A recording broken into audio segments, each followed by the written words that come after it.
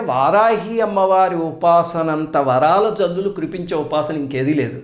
అన్ని ప్రయోజనాలు ఉన్నాయి. మొట్టమొదటి వారాహిదేవి అంటే ఎవరు? అది తంత్రశాస్త్రంలో కథ ఉంది. అది తెలిసిందంటే అప్పుడు మనకు అర్థమవుతుంది. వరాహస్వామి కన్నా ముందు ఉన్న శక్తి వారాహిదేవి. చాలా విచిత్రం అది.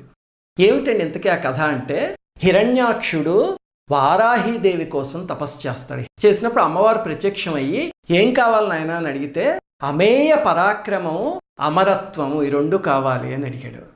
అడిగితే అమ్మవారు నవ్వి, అమేయ పరాక్రమాన్ని నీకు ఇస్తున్నాను, మృత్యు లేకుండా మాత్రం అమరత్వం కుదరదు, పుట్టిన ప్రతి జీవి చనిపోవాల్సిందే అని చెప్పారు. అప్పుడు వాడు ఆలోచించి కొంచెం తెలివితేటలు ఉపయోగించి ఏం చేశాడంటే, సరేనమ్మా అయితే ఇంకో వరం కోరుకుంటా, నువ్వు తప్ప నన్నెవరూ చంపకూడదు అంటే తథాస్తు అన్నారు. వెంటనే నేను నీ భక్తుణ్ణి కాబట్టి నువ్వు కూడా నన్ను చంపకూడదు అన్నాడు. అంటే అమ్మవారు సరే తథాస్తు అన్నారు. దాంతో తెగ